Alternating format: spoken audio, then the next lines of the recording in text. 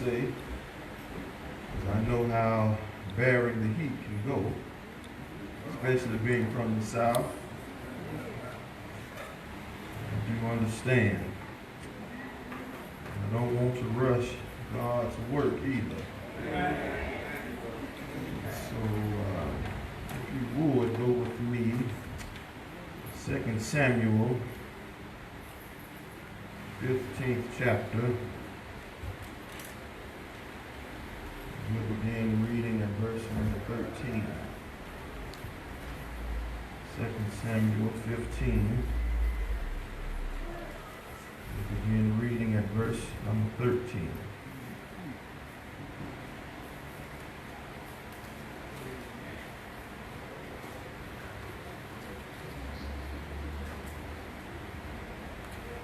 Also want to keep in mind all of those who are traveling this weekend. Some of us perhaps maybe even missing family reunions, but we want to pray for traveling mercy and arriving grace for all those who may be traveling. 2 Samuel 15, verse 13. And it reads, I'm reading from the New King James Version. It says, Now a messenger came to David, saying, The hearts of the men of Israel are with Absalom. So David said to all his servants who were with him at Jerusalem, Arise, and let us flee, or we shall not escape from Absalom. Make haste to depart, lest he overtake us suddenly and bring disaster upon us, and strike the city with the edge of the sword. And the king's servant said to the king, We are your servants, ready to do whatever my lord the king commands. Then the king went out with all his household after him. The king left 10 women, concubines, to keep the house. And the king went out with all the people after him and stopped at the outskirts. And all his servants passed before him, and all the Cherethites, and all the Pelethites, and all the Gittites, 600 men who had followed him from Gath, passed over before the king. Then the king said to Ittai the Gittite, Why are you also going with us? Return and remain with the king. For you are a foreigner and also an exile from your own place. In fact, you came only yesterday. Should I make you wander up and down with us today, since I go, I know not where? Return and take your brethren back. Mercy and truth be with you. But Ittai answered the king and said, As the Lord lives, and as my lord the king lives, surely in whatever place my lord the king shall be, whether in death or life, even there also your servant will be. So David said to Ittai, Go and cross over. Then Ittai the Gittite and all his men and all the little ones who were with him crossed over. And all the country wept with a loud voice, and all the people crossed over. The king, here it is, himself also crossed over the brook Kidron, and all the people crossed over toward the way of the wilderness. I want to stop right there. Shall we pray? Gracious God, in our ignorance, we don't know. But Lord, you know. So I pray, oh Father, that you would somehow in all of that, through us, you would speak to us from the scriptures. Speak to our hearts, our minds, our spirits, that we may know just a little bit more about you. So now, Father, I thank you in advance what you're about to do in this moment. I pray even, God, that somebody may come who does not know you. They may come wanting to be saved. I pray, God, that you anoint us afresh, not to preach for reputation or performance, but that somebody might be saved. I pray, God, that the church might be edified, your name magnified and glorified. In Jesus' name I pray and ask it all. Amen. Amen. I want to use for a theme. Look at your neighbor and tell him, neighbor, preacher's going to talk about, thank God, the King is with us. You know, I have discovered as of late, as I raise my own children, children can do some profound things at times. My daughter, that little Mariah of mine, does it all the time. You know, sometimes I would take notice as we're watching the television. On her tablet, something would come up and she would say, "Look, Dad." She would want me to see what she's seen. If she saw an apple in one of her books or something, she would say, "Look, Dad, an apple."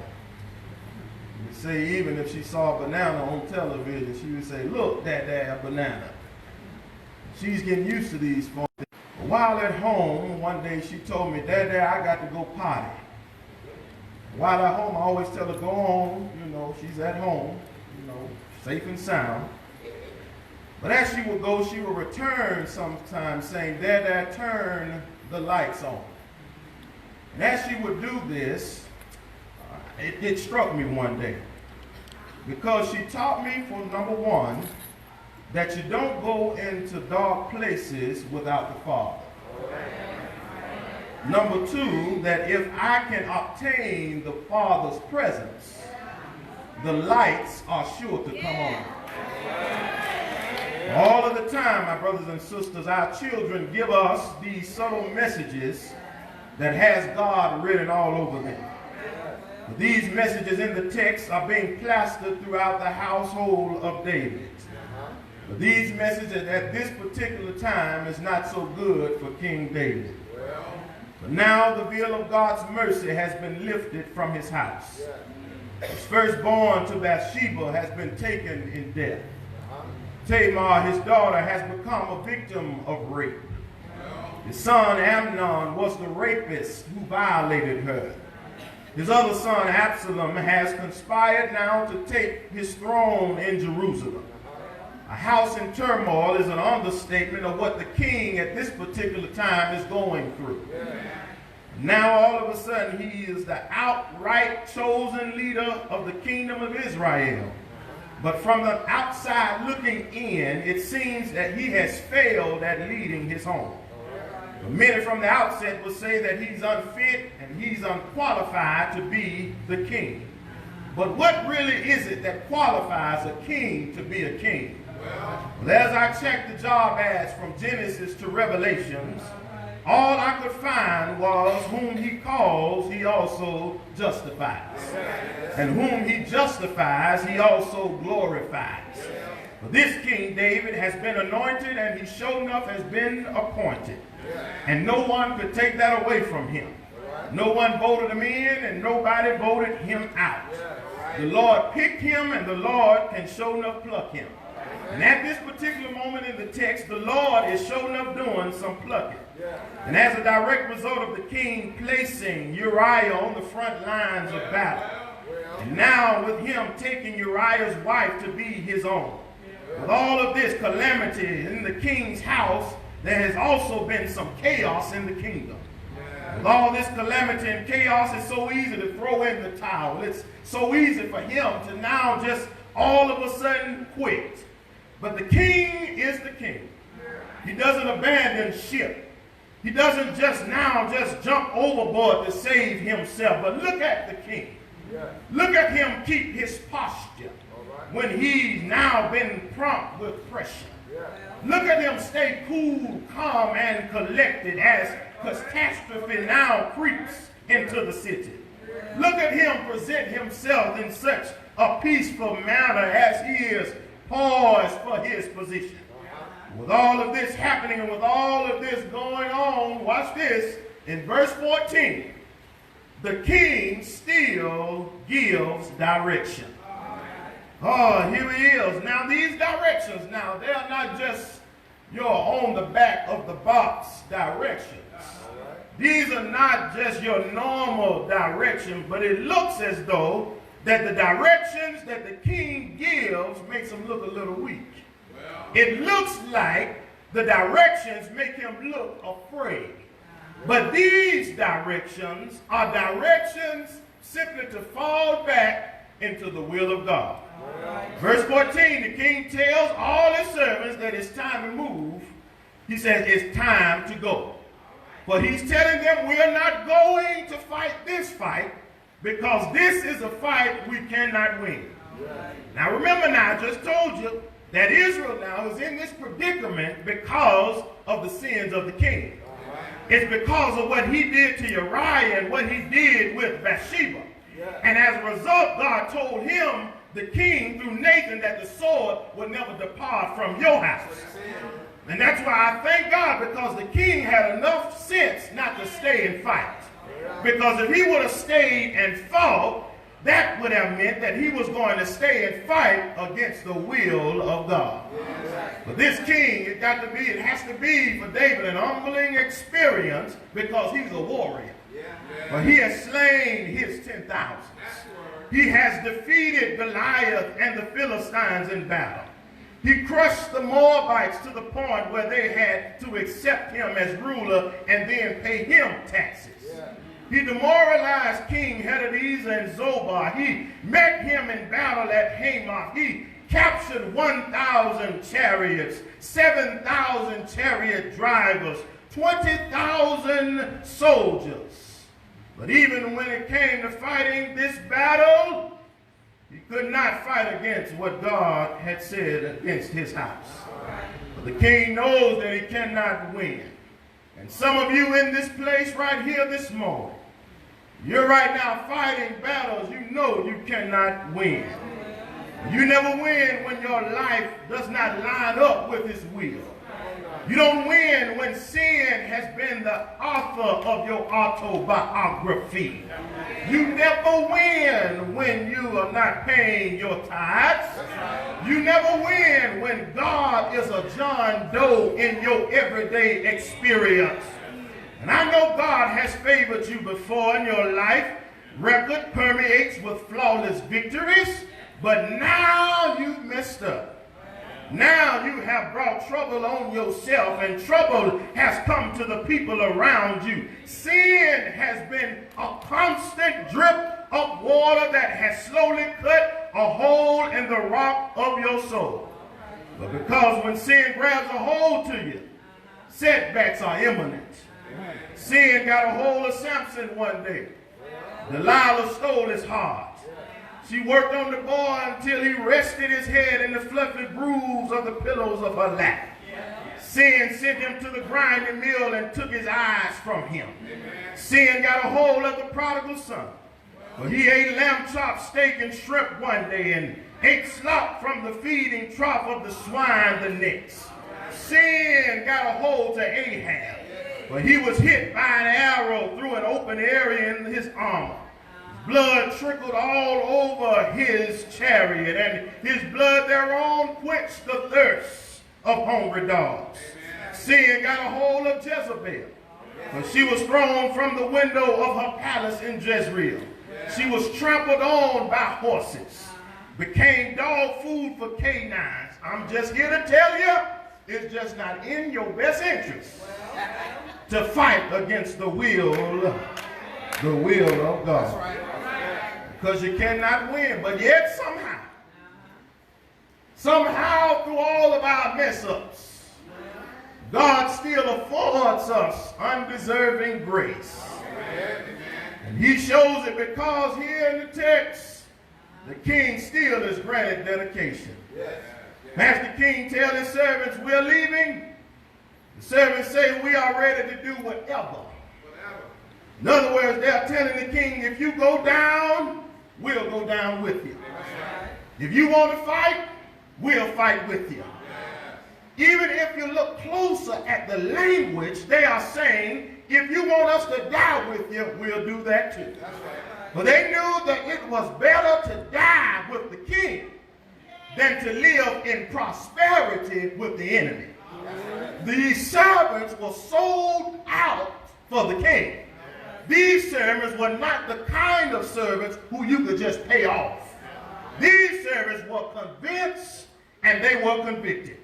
These servants had been fully persuaded that neither life nor death, nor angels, nor principalities, nor powers, nor things present, nor things to come, nor height, nor depth, nor any other created thing shall be able to separate us from the love of the king. For they were servants not only in the palace, but they were willing to go and serve him in the plains. But this is not always the mindset of many Christians today. We tend to not go all the way with the king. We tend to like the palace because it represents the comforts and the cushions of life. But the plains represent rough and rugged detours of life. The palace is where I can see everything from the top down. I can see what's coming. I can see what's on the horizon. I can even feel the cool breeze as it rushes over Mount Zion into the window pane of my bedroom. I feel the dampness of humidity as I recognize the rains are coming. But out on the plains, that's a different story. But there are mosquitoes out on the plains. There are perhaps lions, tigers, and bears out on the plains. But we must learn how to trust God not only in the palace, in the cushions of life, but also down in the plains. We'll go with the king in church on Sunday morning. But from the benediction of Sunday afternoon up until it's time to enter to worship again, we seem to withdraw from it. We'll go with the king for 2 hours on Sunday. He may not ever see us again until the next Sunday. But all those other hours we tend to be absent from the king. But you know, I found out something. I know why you don't want to go with the king. I know why his presence is not good enough for you. And I found out, could it be because you don't know where you are going? But neither did these servants. For they knew if I could just remain in his presence, there's safety there. And safety, my brothers and sisters, is not prioritized by where you are going, but is based off of who you are with. Some of you are trying to get somewhere, but have the wrong people on the journey with you. It's like you're trying to drive from Cleveland to Italy somewhere, but at some point you get to the coast, but you got to park that car and catch a flight. Even the king knows this. But look at what he puts down. Look at what he leaves behind. All his concubines. At this point in the text, one needs to realize that concubines are extra. Concubines were the women who lived with the king, but they held a lower status than the king's wife. The king could have concubines as long as he was financially able to take care of them. Now, this was the law of the land, but not the law of God. In other words, the king just liked women. He liked women. It was so much so that he had 10 of them. But the very reason that he was in this predicament was because the king liked women. But here in the text, he leaves them behind at the palace. The concubine today would be equivalent to what we call a side piece. She would only come around at the king's request. And she would only do what the king asks when he asks. But here in the text, he leaves them behind. The concubine today would be equivalent to what a man calls his side chick. She already knew her role. She always knew her place. They knew that there were rules to this. They knew not to disrespect the wife. They knew to never to call on the king, but the king would call on them. But here in the text, he leaves them behind. Y'all gonna get this out why? They knew that the relationship was all about sex and money. They knew not to disturb when the king was spending quality time with his wife and children. But here in the text, he leaves them behind. They were good to the king, but they were not good for the king. But the king realized that these side pieces, or should I say the wrong people, can be infectious to God's will. It makes no sense being loyal to people you know are not loyal to you. These concubines knew the king very well. They knew him on an intimate level. But at the end of the day, when trouble came, the king had to leave them all behind. My question to you today, who is it that you have around you that are only leeches of pleasure? Who do you have around you that takes and takes and takes and never gives? And now you ought to be sick and tired of dead weight.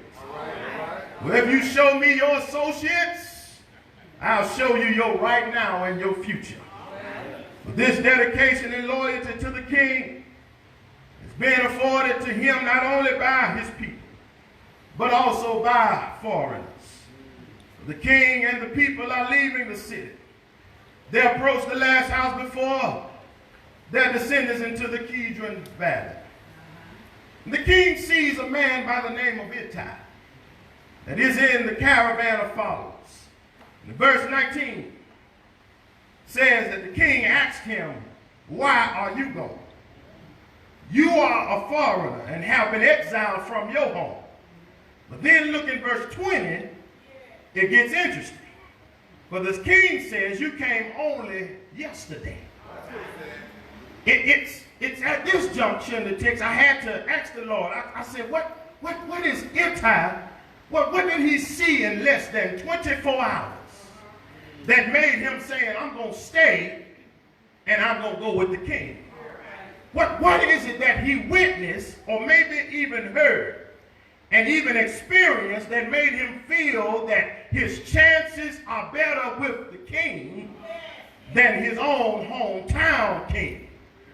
Ittai was a foreigner now. You got to understand this. He was from the city of Gath, which made Ittai a Philistine. His hometown was the same as Goliath. But the king here gives Ittai ample opportunity to go back, because look where they are. The king stops at the last house on the edge of the city before the brook Kidron.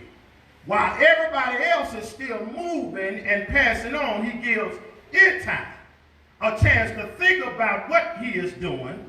But more than that, he gives him a chance to think about who he is with. And sometimes while on the journey with the Lord, we don't know where we are going. We don't know where we will end up. But when we think about what the Lord has done in the day's time, and sometimes even less than that, it will make you keep on going. Despite circumstances. I know somebody in here, you don't know what's coming next. You don't know what's around the corner. But when you think about what the Lord has done in your life, you think about all God has done for you, it'll make you keep on going. God has a way of giving us moments, giving us times to reflect and to pause just to enjoy the journey. Sometimes the destination is not a place, but it's your posture while on the journey. It's your mentality while on the migration. It's your drive while on your way to destiny. But the mentality of Ittai prompted the king to allow him to proceed in the procession.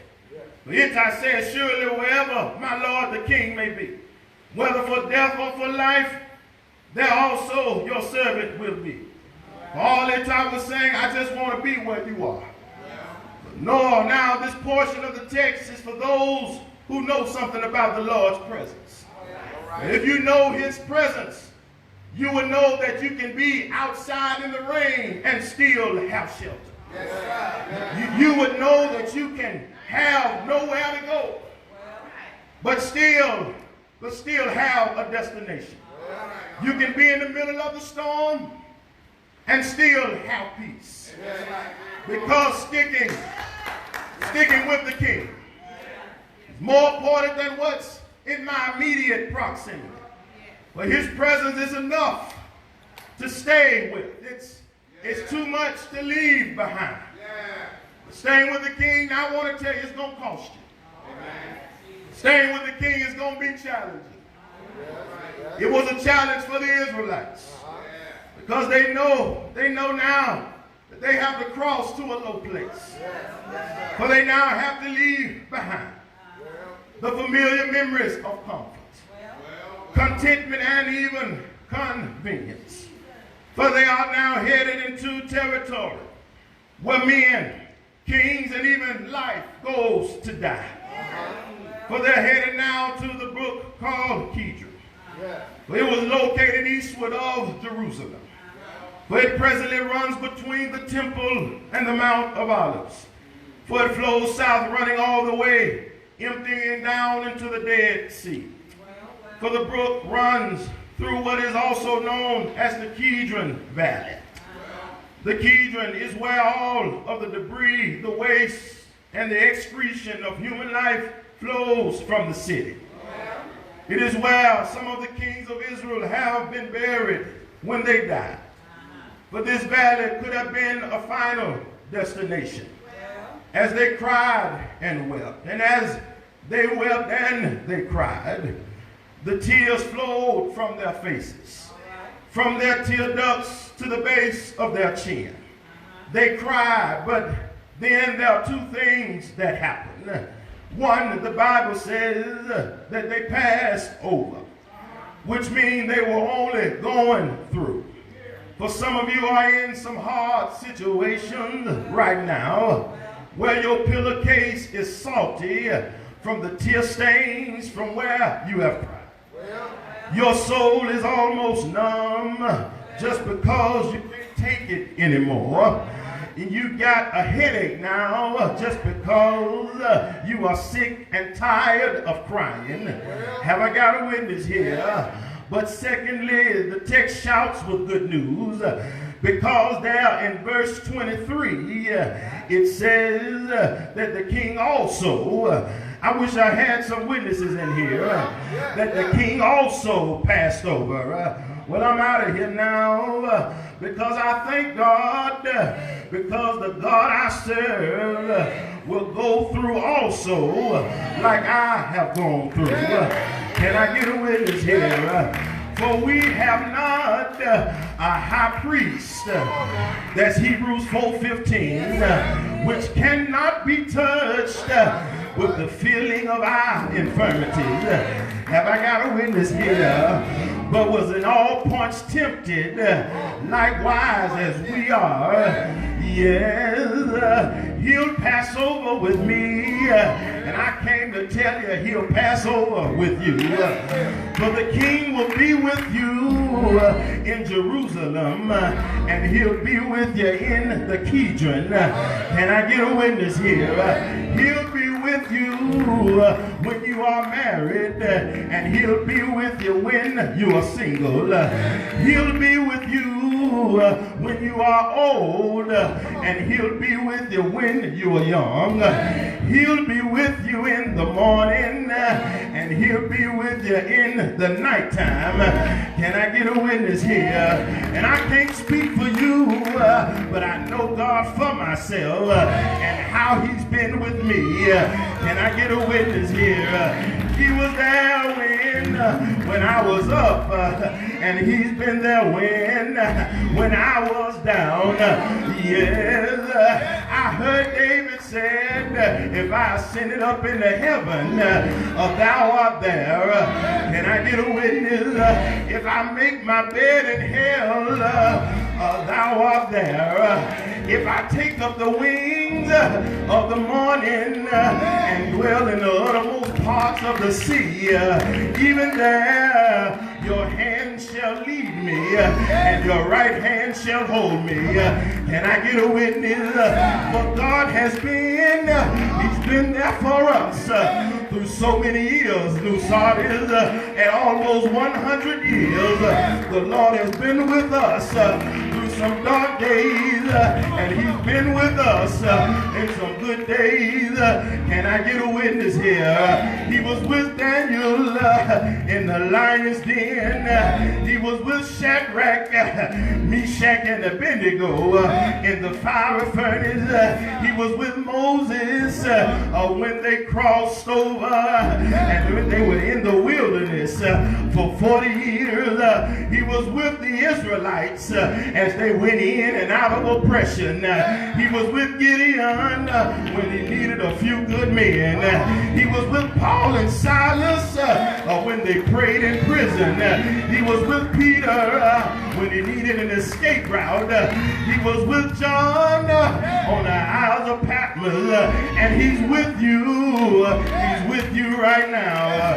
And I know it because I heard Isaiah say, He shall be called Emmanuel. And Emmanuel would mean God with us. Can I get a witness here? And God with us, I saw how He came with us and came down into this earth.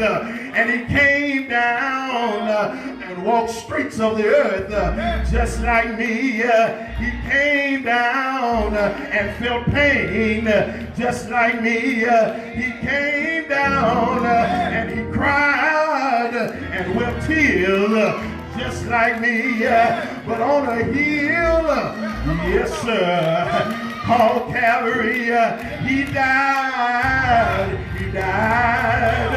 He died. He died because of me. I wish I had somebody, but 3 days later, He got up. He got up for me, and He ascended to prepare a place for me. And one of these old days, one of these old mornings, He's coming back. Coming back for me. Is there anybody here that knows the Lord, that knows He's with us? And I thank God because I've had times when I've been down and out. I've had times where I've been all lost and gone. But I heard David say, weeping may endure for a night, but joy, joy come in the morning light. I don't have to worry because I heard Him say that God is my refuge, a very present help in the time of trouble. I don't have to worry because I know that everything is gonna be all right. It's gonna be all right. It's gonna be all right. Said, fret not thyself because of evildoers, because soon, Lord have mercy, soon and very soon they'll be cut off. They'll wither. They'll wither like the grass. So it doesn't matter where you are. Doesn't matter what you're going through. You done messed up. Let's go on, go through it. The good news is He's still with you, even in our midst. Can you imagine as they wept and cried as those Israelites crossed that brook? They could still look to the side of the brook and they could see their king marching and mounted on a horse. He was going through right there with them every step of the way. I I know it's a down time. I know it's a hard time, but he was right there. And I'm talking to somebody here today that you have had some dark moments. But the good news is he's there. He's there. He's there. He's there. The door of the Lord's house is open. There may be somebody here that doesn't know that the Lord is there. But I want to invite you today to let you know that he is with you every step of the way. And he's been waiting on you to come. There may be somebody in this place that doesn't know Jesus as the one who could pardon you from your sins. Why don't you come now? Yes, sir. The blood is still running warm in your veins. Why don't you come while you still have time? Yes. That he that believeth and is baptized shall be saved. Won't you come?